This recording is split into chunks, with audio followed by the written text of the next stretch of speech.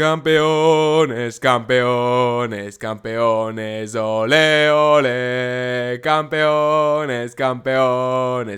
C'est ce que j'aurais dit si on avait fait un match spectaculaire.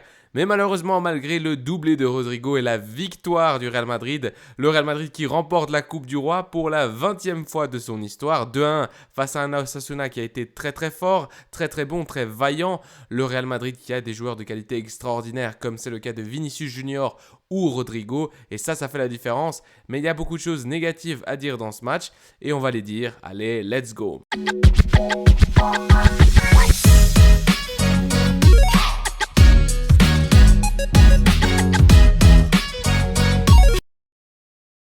Le Real Madrid l'emporte donc sur le score de 2-1 et est sacré champion de la Coupe d'Espagne. Le Real Madrid qui remporte la victoire, mais qui a eu de la difficulté à soulever ce trophée parce que le match a été très difficile et on a vu quelques lacunes au niveau défensif. Si ce n'est pas un Carvajal qui aujourd'hui est passé de démon à ange à démon, puis revenir à démon, qui nous a sauvé 2 buts sur la ligne.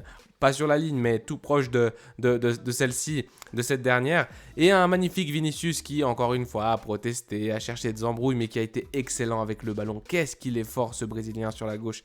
Et en gros, eh bien, le Real Madrid qui réussit à gagner le match parce qu'il est plus talentueux. Il a des joueurs de qualité supérieure à celle des joueurs d'Osasuna. Mais un Real Madrid qui a été quand même mis en grande difficulté. On va tout simplement faire un petit résumé des buts parce que ensuite, j'aimerais vraiment revenir sur certains points. Alors, à la 2e minute, on retrouve Vinicius, la machine, sur son couloir gauche comme à son habitude. Il feinte qu'il va vers l'intérieur. Ensuite, il met un crochet vers l'extérieur. Et il fait un centre, passe en retrait, entre les jambes de Valverde pour l'arrivée de Rodrigo avec un peu de chance qui met le ballon au fond. Le Real Madrid qui est poussif, qui a beaucoup d'approximations, surtout avec des courses de Vinicius Junior qui essaie de dribbler 2-3 défenseurs, des petites combinaisons avec Benzema, même si Benzema aujourd'hui n'était pas forcément au meilleur de sa forme. Ezabde qui du côté d'Osasuna, comme c'était attendu, est le meilleur joueur et qui va avoir une énorme occasion qu'il loupe. On se retrouve à la 26e minute, c'est Ezabde qui est tout seul face à Courtois sur la droite. Il essaye de lever le gardien belge, il réussit à le lever, mais le ballon allait... en fait, on ne sait pas s'il allait toucher le poteau ou s'il allait rentrer. En tout cas, il faut un miracle, il faut que Carvajal revienne à toute vitesse pour mettre le ballon, pour le dégager et ne pas laisser le cuir peut-être potentiellement aller au fond des filets. Et en fait, c'était encore une erreur défensive de notre cher Militao qui est passé à côté de son match. En tout cas, c'est mon impression. À la fin, lorsque le Real Madrid célébrait, on voyait Carlo Ancelotti avec la coupe et Militao, ils se parlaient. Moi, je pense que Militao a un problème personnel parce qu'il est très déconcentré. Et encore une fois, c'est lui qui perd le ballon là et qui laisse Abdé tout seul. On se retrouve après la mi-temps. Bon, à la mi-temps, il y a eu encore une embrouille avec Vinicius Junior et je crois que c'était Chili Avila, je sais plus. On s'en fout en tout cas. Voilà, des protestations parce que les joueurs étaient tous un petit peu sur Vinicius. Je crois qu'à un moment, il y a David Garcia, le capitaine de l'équipe de l'Osasuna, qui lui a brossé les cheveux comme ça. Enfin bref, comme à son habitude, des petites, des échauffements entre les deux joueurs, les joueurs qui se cherchent, etc. Au retour de la mi-temps, eh bien, à la 58e, on a l'égalisation de la part d'Osasuna, la défense du Real Madrid qui dormait depuis le retour des vestiaires, vraiment à côté, et une reprise fantastique, une grosse frappe à ras du poteau, de l'ancien Castillan, de l'ancien Real Madrid Castilla. Et oui, parce que en fait, il faut savoir que Lucas Toro a joué dans l'équipe de formation du Real Madrid au Real Madrid Castilla et c'est lui qui va marquer le but avec une bonne frappe au ras du poteau, imparable pour Courtois, c'est 1-1 et là le stade explose. Aujourd'hui les supporters, parce qu'il faut savoir que Osasuna c'est au nord de l'Espagne, ils ont fait tout le décalage jusqu'à Séville qui c'est au sud de l'Espagne ils ont fait le voyage pour supporter leur équipe et ils étaient vraiment à fond les supporters d'Osasuna. Et donc du coup le stade qui explose, il y a même une partie de la barricade je crois qui a pris feu et du coup c'était une toile je sais pas quoi et ils ont dû stopper le match quelques minutes. À la 70e, le miracle, pourquoi? Parce qu'en fait, ce Rodrigo, il a été touché par Dieu. Encore un ballon dévié, Vini dans ses œuvres, hein, sur la ligne de fond, sur son côté gauche, dans la surface. Il met un ballon en retrait, une frappe contrée de Valverde, une frappe très forte contrée de Valverde, qui se retrouve dans les pattes, dans les pieds de Rodrigo, ce Brésilien beaucoup plus calme sur son côté droit, qui met le ballon au fond et c'est 2-0 pour le Real Madrid. Je ne vais pas trop en parler des occasions, parce que j'aimerais parler des joueurs en soi. Il y a des joueurs qui ont été très mauvais, des joueurs qui ont été très très bons. Et du coup, on va passer tout simplement aux statistiques et ensuite au carnet de Mister Merengue, où je vais parler de certains joueurs qui m'ont paru excellents durant cette partie, durant cette victoire et durant du coup ce titre pour le Real Madrid, mais certains qui m'ont paru vraiment à côté de la plaque. Allez, un petit mot sur les stats. Au niveau des statistiques, comme vous pouvez le voir, la possession est assez égalitaire, elle est répartie entre les deux équipes. Au niveau des tirs, on n'a pas une grosse différence, une unité de plus pour Osasuna. Osasuna qui a un tout petit peu plus de tirs, mais c'est souvent des déviations de la tête qui ne sont pas très dangereuses ou des choses comme ça, à part l'action d'Abdé où vraiment là c'était très dangereux et quelques bons arrêts de Courtois également. Mais le Real Madrid évidemment qui a fait le jeu et surtout le jeu, c'est Vinicius Junior, hein, dans cette partie, c'est ballon à Vinicius Junior encore une fois, mais aujourd'hui, il a été tellement pertinent dans ses courses, dans ses dribbles. Le seul problème, c'est que voilà, il s'énerve assez rapidement, il proteste beaucoup, il cherche les embrouilles avec ses adversaires. Ça ne doit pas être facile d'être aussi fort à un si jeune âge, mais Vinicius Junior est dans le top 5 mondial.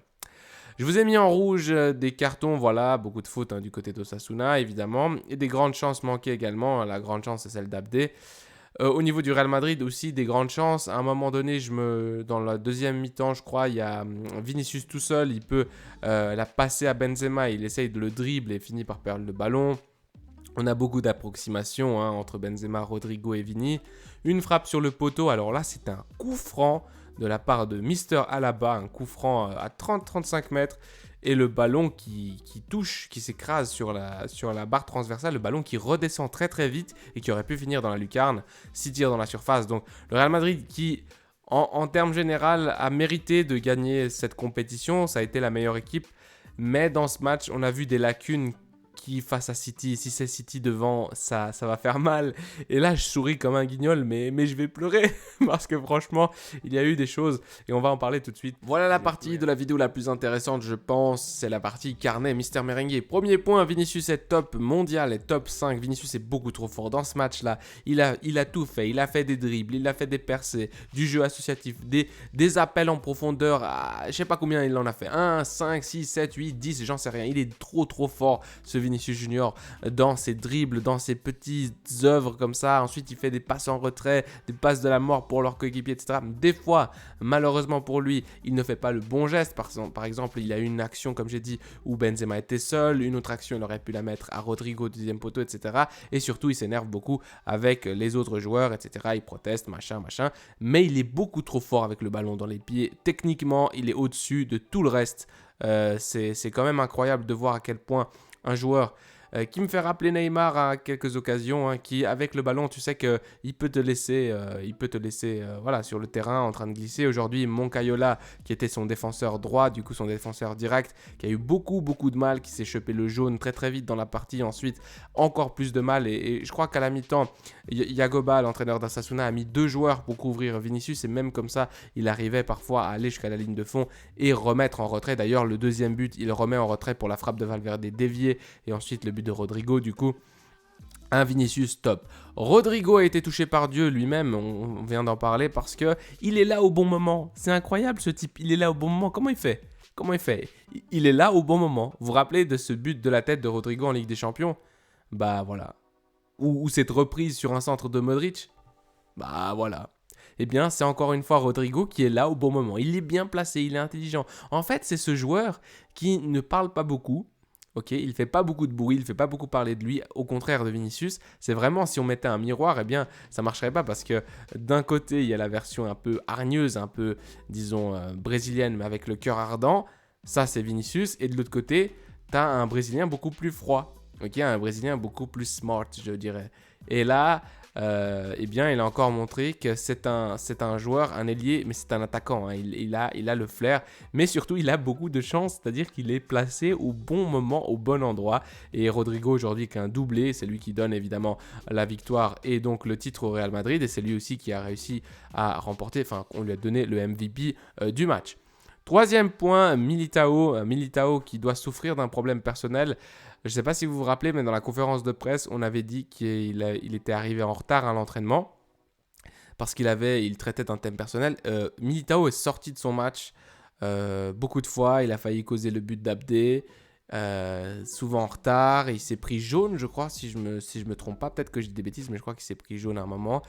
Même si il s'est bien repris en deuxième mi-temps, en tout cas fin de la deuxième mi-temps, disons quatrième quart-temps si on était au basket, là où voilà, il y a un moment, il y a un centre dangereux, il met une tête et là, il harangue ses supporters et là, Alaba vient lui faire un petit bisou et lui dire « Mon pote, ça va aller, on est ensemble, tu es un grand défenseur central. » Mais il y a beaucoup de fois des manques de concentration. Et en parlant de manque de concentration, Carvajal. Alors Carvajal, je ne sais pas si je lui mets 10 étoiles dans ce match ou si je lui mets 0. Et c'est vraiment, vraiment ce que je pense. Pourquoi ? Parce que Carvajal, je ne sais pas combien de fois il a perdu le ballon à la relance. J'ai pas compté, mais il faudrait que j'aille regarder. Je vais voir si je peux regarder ça en fait, rapidement à côté de vous. J'espère que mon ordi va pas s'arrêter. Mais Carvajal qui a dû perdre, non, j'ai pas le lien ici. Carvajal qui a dû perdre au moins 15 ballons à la relance et des ballons qui remettaient dans l'axe. Donc c'était quand même quelque chose d'assez absurde lorsque tu es un professionnel et ça faisait très très peur. Mais en même temps, par 2 fois, il nous a sauvé la mise. Une fois, c'était du coup sur cette action d'Abdé. Et en fait, une dernière fois, c'était, je vais regarder mes notes, c'était à la 93e pour sauver le match. Donc il y a un centre en retrait comme ça, juste devant Courtois. Courtois ne peut pas intervenir et Carvajal qui met le pied pour la mettre en corner. Et d'ailleurs, l'arbitre s'est trompé, il a donné le ballon au Real Madrid. Donc Carvajal est un peu un ailier parce qu'offensivement, il peut proposer plein de choses lorsqu'il monte. Mais en tant que défenseur droit, c'est vraiment une catastrophe, surtout au niveau de la relance. 5e point, bon retour de Alaba, bon match de sa part, j'ai trouvé, sauf au début où il y avait, comment il s'appelle, le joueur, Budimir, qui était assez pesant au niveau des duels aériens sur les deux défenseurs centraux du Real Madrid, que ce soit Alaba, que ce soit Militao. Mais un très bon match de sa part. Il a failli nous mettre un coup franc de malade, mais surtout il faisait bien les couvertures avec Camavinga. Camavinga, on va en parler tout de suite. Parce que Camavinga est le meilleur joueur du Real Madrid si on ne regarde pas que les buts et si on regarde le football d'une perspective qui est autre que celle de l'attaque. Parce que Camavinga est tout simplement fantastique au milieu de terrain. Lorsque il y a eu un changement tactique au bout d'un moment, Carlo Ancelotti qui a mis Rudiger et qui a fait sortir Tchouaméni. Tchouaméni qui a été bon dans son positionnement pour gêner les attaques adverses, mais au niveau offensif, il n'apporte rien malheureusement. Je ne sais pas s'il ne trouve pas ses marques dans cette équipe, mais en tout cas, c'était pas un très bon match de sa part. C'est mon opinion. En termes de construction, il n'apporte rien. Camavinga par contre est un joueur excellent. Est un joueur, voilà. À un moment, il faisait défenseur droit, arrière droit et arrière gauche en même temps pour couvrir Carvajal. Et ensuite, quand il est passé au milieu de terrain, bah, c'était un spectacle. Voilà. Donc pour moi, Camavinga, il faut qu'il joue au milieu de terrain. Il faut arrêter ses conneries. J'espère qu'à la fin du mercato, là, on aura le retour de Fran Garcia. D'ailleurs, il faut que je fasse une vidéo sur ça parce qu'il a donné une interview récemment et il a dit qu'il n'était pas sûr de revenir, alors que moi, je croyais que c'était sûr parce qu'on avait payé la clause de rachat. Bref, et en plus, il appartenait pas toujours au Real Madrid, mais il y avait une clause comme prioritaire et le Real Madrid pouvait payer 2-3 fois rien pour le récupérer. Et il faut qu'il revienne en arrière gauche parce que franchement, Camavinga en box-to-box, il est trop fort au milieu de terrain. Point numéro 7, ça va être dur contre City, parce que évidemment, si on a un Carvajal aussi défaillant en défense, si on a un Militao pas concentré, on a quand même beaucoup souffert. Et il y a eu beaucoup d'approximations du côté d'Osasuna qui a été très vaillante comme équipe. Tous les joueurs soudés, évidemment, ils pleuraient à la fin du match, c'est compréhensible. Et puis, Toni Kroos, on va finir sur Toni Kroos. Toni Kroos, c'est le meilleur joueur sur le terrain pour moi aujourd'hui. Même si on a donné évidemment le MVP, on aurait pu le donner à Vinicius parce qu'il a été très percutant devant et les meilleures occasions viennent de lui et de ses dribbles. Ou alors, comme on l'a fait, on l'a donné le MVP du match à Rodrigo parce qu'il a marqué 2 buts. Mais Toni Kroos, c'est un joueur qui, à la relance, est tout simplement magnifique. C'est la classe allemande, Toni Kroos. Je l'aime, ce type. En fait, il nous faut des Toni Kroos et des Luka Modric éternels. Voilà. Enfin bref, on a remporté cette coupe. Je suis content. Ça va nous donner un bon feeling, hein, une bonne motivation, une bonne dynamique pour du coup le match de mardi face à Manchester City. Je vais arrêter la vidéo parce que sinon ça va faire trop long.